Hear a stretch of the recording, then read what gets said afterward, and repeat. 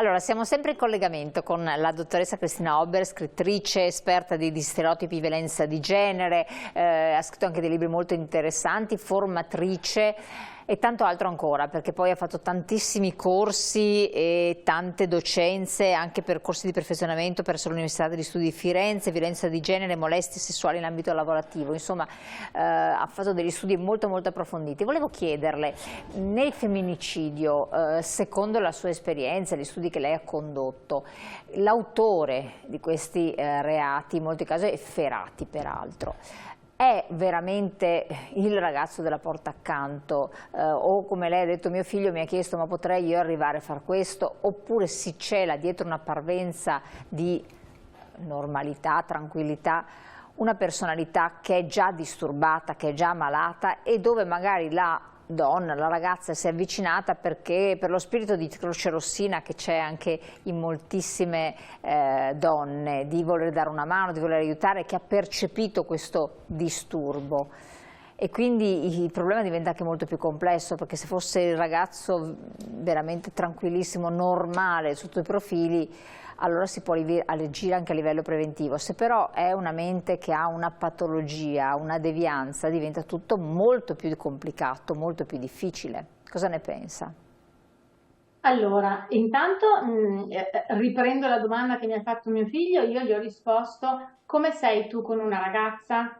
Quando stai in relazione con una ragazza, che tipo di meccanismi, per esempio, di controllo metti in atto? Vuoi vedere il suo telefono? No. Vuoi avere la sua password nei social? No. Vai con lei a vedere i suoi social e le chiedi chi sono questo, quest'altro, quest'altro ancora? No. Quando esce con le amiche, la chiami mentre è fuori con le amiche? No.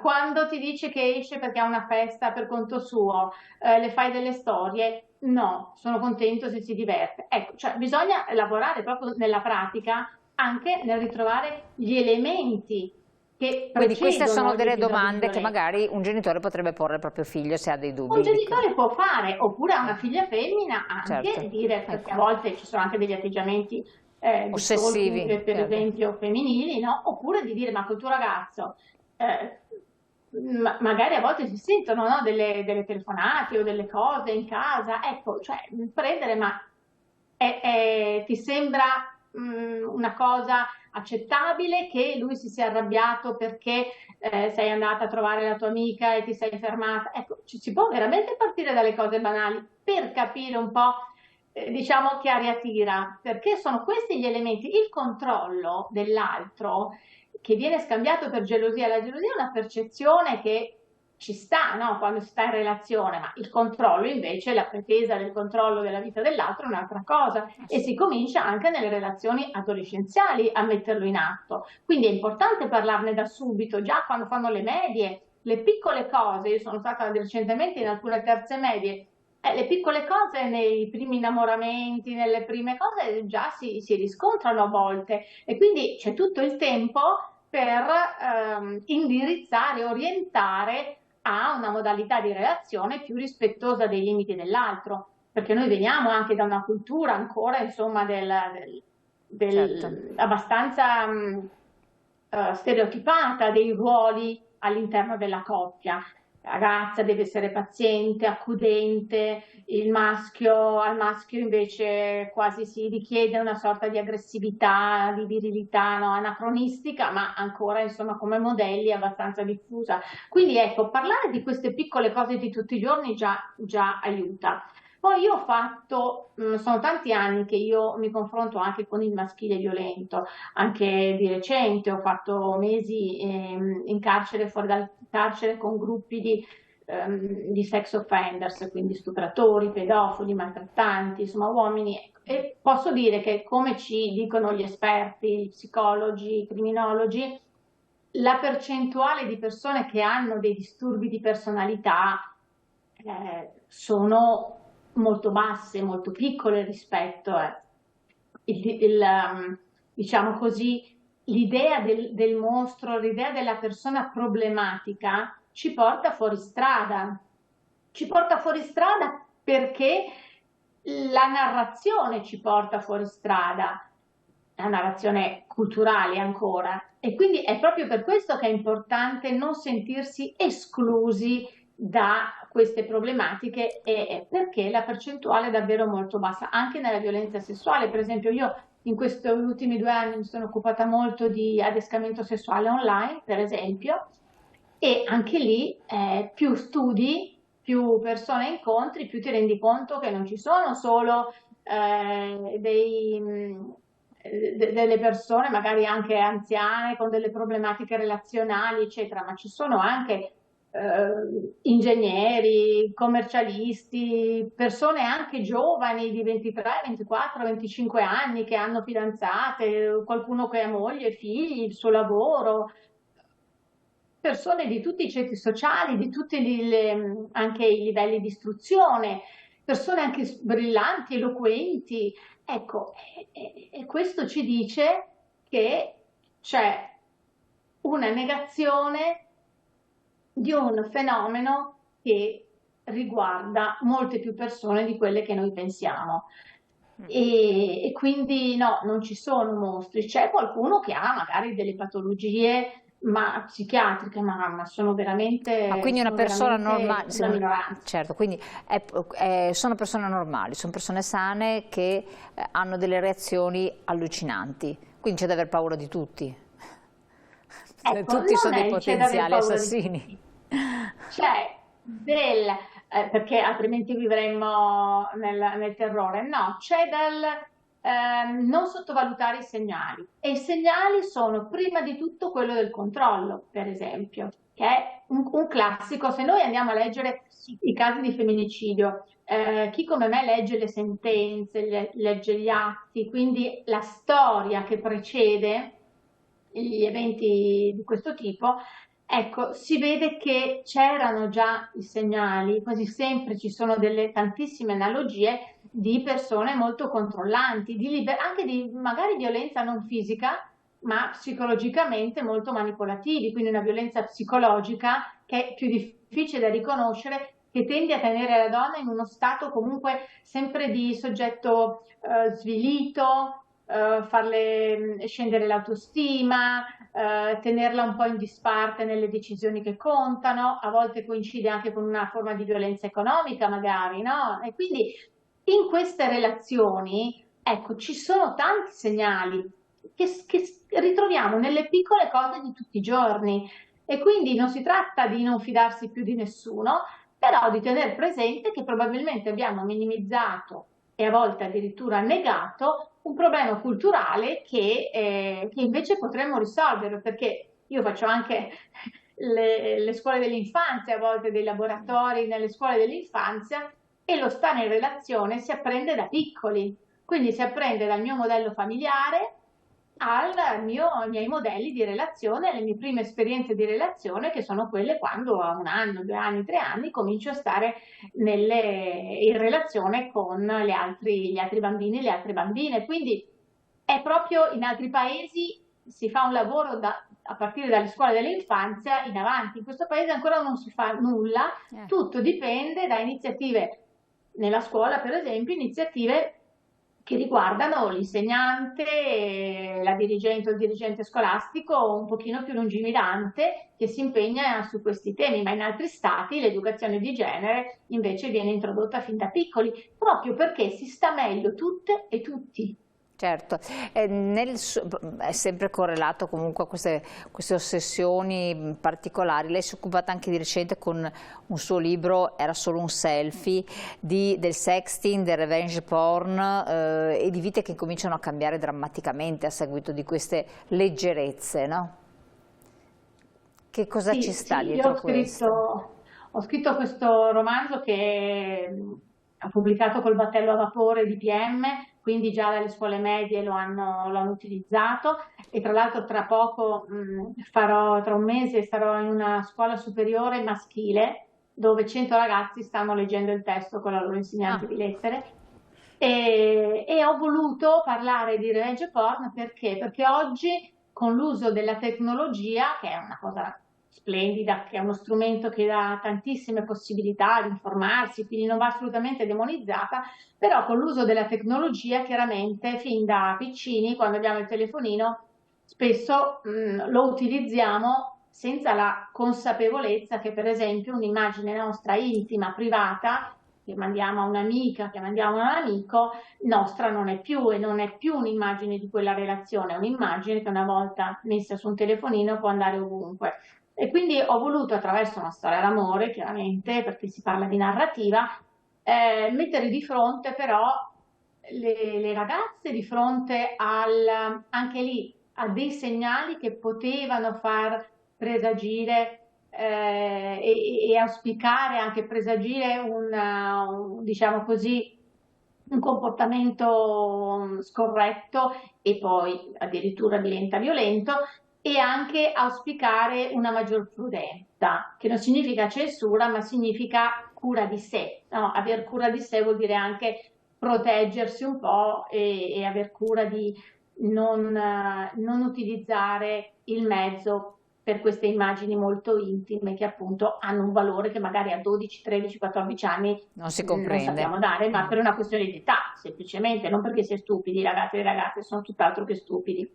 E poi volevo, perché nel libro ho dato spazio anche al personaggio maschile, volevo anche che i maschi facessero una riflessione su se stessi, appunto sui limiti di quello che è lecito e quello che non è lecito fare quando una relazione finisce, perché nel libro questo ragazzo fa girare nella squadra di pallanuoto un video in cui la sua ex, che lo ha lasciato, appunto, quindi lui è risentito, arrabbiato, si mostra senza reggiseno, coperta perché si vergogna di mostrarsi senza, però è un video chiaramente che fa tutto un altro effetto in una chat di una squadra di pallanuoto. E quindi ho voluto che i ragazzi si rapportassero anche con quel sentimento di rabbia e su un'alternativa possibile a quell'epilogo. E sono anche molto contenta perché, per esempio, in Sardegna, in una scuola superiore dove sono andata l'anno scorso,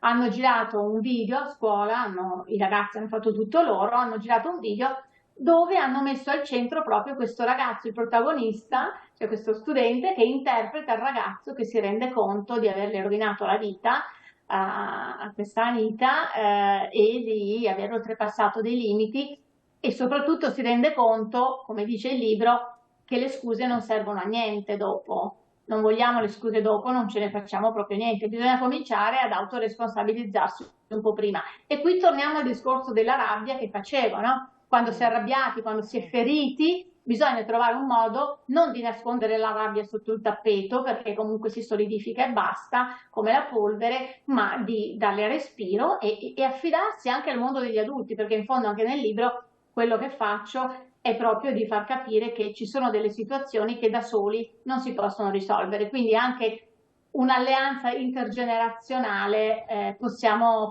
ricrearla, Ma quindi partendo manca... proprio da un dialogo Cioè, sereno, ecco, senza allarmismi, però sereno e necessario. ma secondo lei mancano adulti di riferimento nel caso dei giovani? Abbiamo parlato di femminicidio anche tra giovani persone, coppie, eccetera, e quindi manca l'adulto credibile, autorevole, non autoritario, autorevole, il genitore come punto di riferimento importante in tutto questo. Ma io credo, e parlo anche per me che ho due figli e un figlio, di avere in qualche modo forse delegato troppo alla scuola, oppure magari anche pensato che siccome oggi si informano ovunque e dovunque non siamo più necessari e magari di alcune cose abbiamo smesso di parlare pensando che tra una scuola e internet e l'informazione che loro hanno forse Più che non sufficiente. c'era più bisogno di un nostro intervento specifico, più curato, più attento. Ecco, forse lo dico anche proprio partendo dalla mia autocritica, ecco, abbiamo delegato e invece dobbiamo ricominciare a riprenderci quella fetta di fatica anche, perché è faticoso, ma di responsabilità di cui i ragazzi hanno bisogno, perché comunque noi facciamo, per esempio, io ho anche un progetto a scuole che si chiama Becoming, in questo progetto diamo anche dei questionari anonimi nelle scuole. E da questi questionari si evince che quando diciamo se ti succedesse qualcosa, la famiglia è ancora riferimento. Con chi parleresti? Mamma, papà.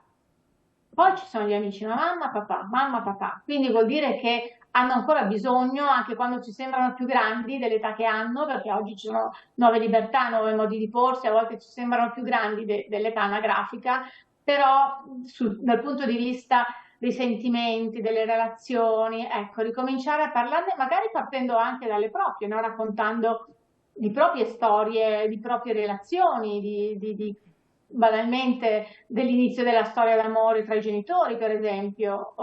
E quindi, ecco, io credo che forse sì, abbiamo un po' delegato troppo e adesso credo che sia anche il momento, ci sia anche un risveglio collettivo per dire proviamo a ricominciare e costruire anche relazioni familiari dove è inutile far finta che vada tutto bene, ma possiamo dirci no, riprendiamoci anche un ruolo genitoriale Certo. che è insostituibile. Nei casi invece di adulti che danno tra l'altro un esempio anche domestico ai propri figli, dove comunque la madre viene costantemente insultata, maltrattata, ci sono diverbi anche molto accesi, lì cosa si riesce, o se si riesce a fare ancora qualcosa, al di là del fuggire dalla propria situazione quando raggiunge livelli intollerabili, però là diventa doveroso per salvarsi la vita.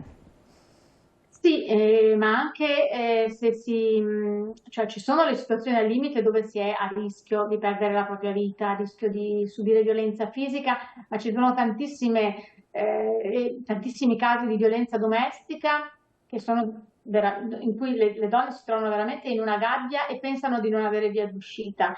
Invece oggi bisogna continuare a dire che ci sono i centri antiviolenza, in ogni città, in ogni comunità ci sono i centri antiviolenza, non aspettare di avere dei lividi per andare a un centro antiviolenza, tra l'altro ci si va in maniera continua, cioè totalmente anonima, si può telefonare, si può andare comunque in anonimato e quindi quando ci si sente ingabbiate, quando non ci si sente felici dentro una relazione, quando si percepisce timore di esprimere i propri sentimenti, i propri pensieri, le proprie emozioni col proprio partner, è quello il momento di andare in un centro antiviolenza e parlare con qualcuno che ci aiuta a dare alle cose il loro nome.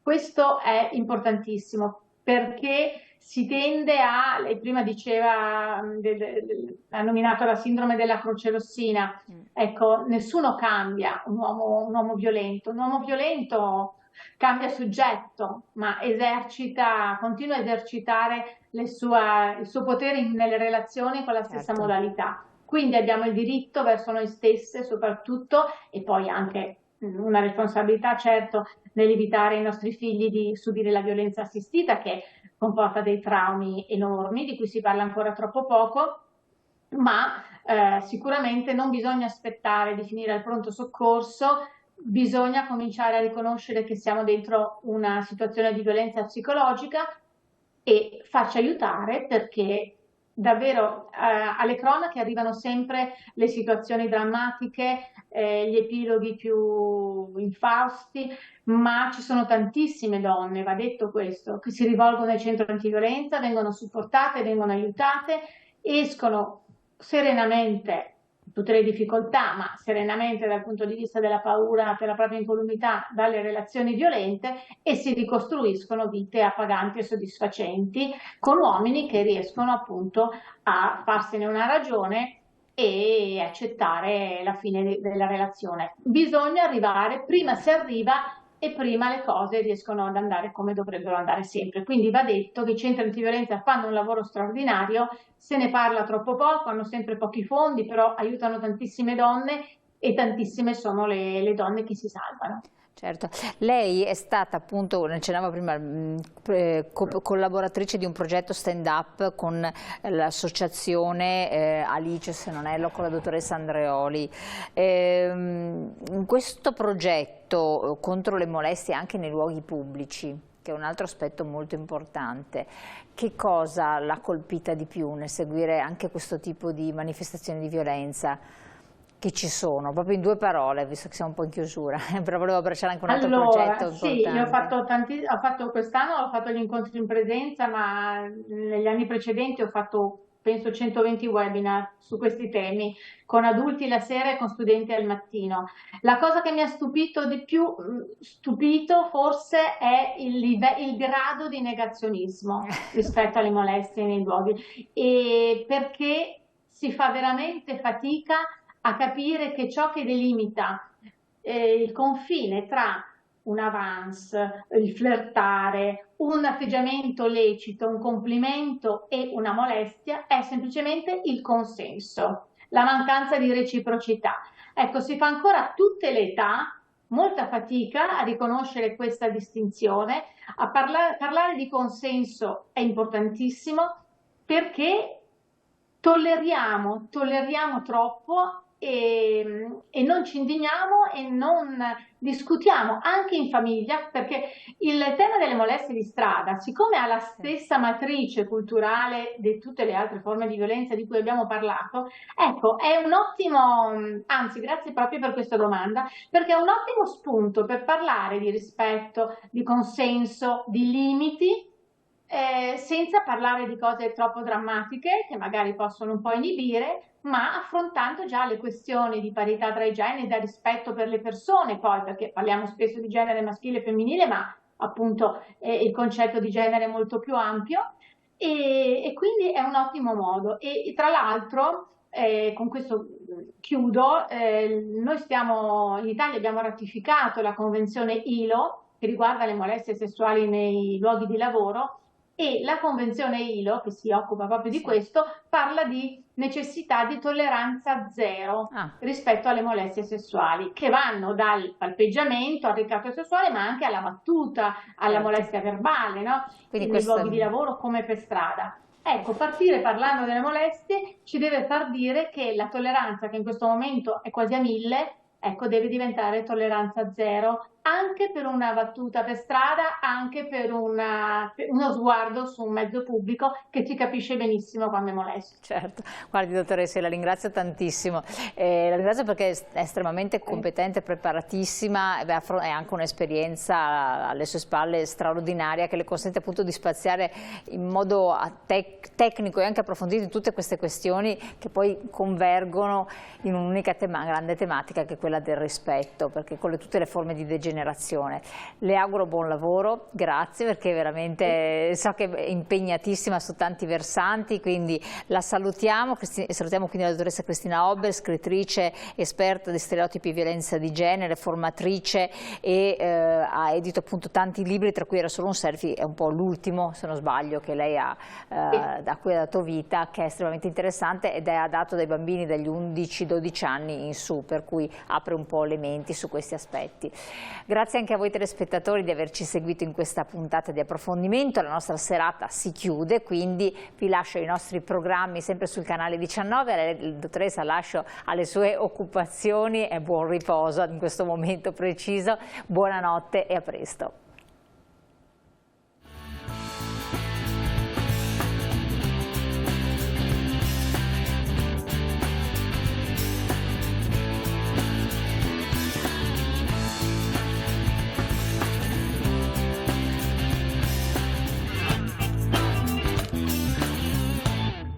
Ecco qua.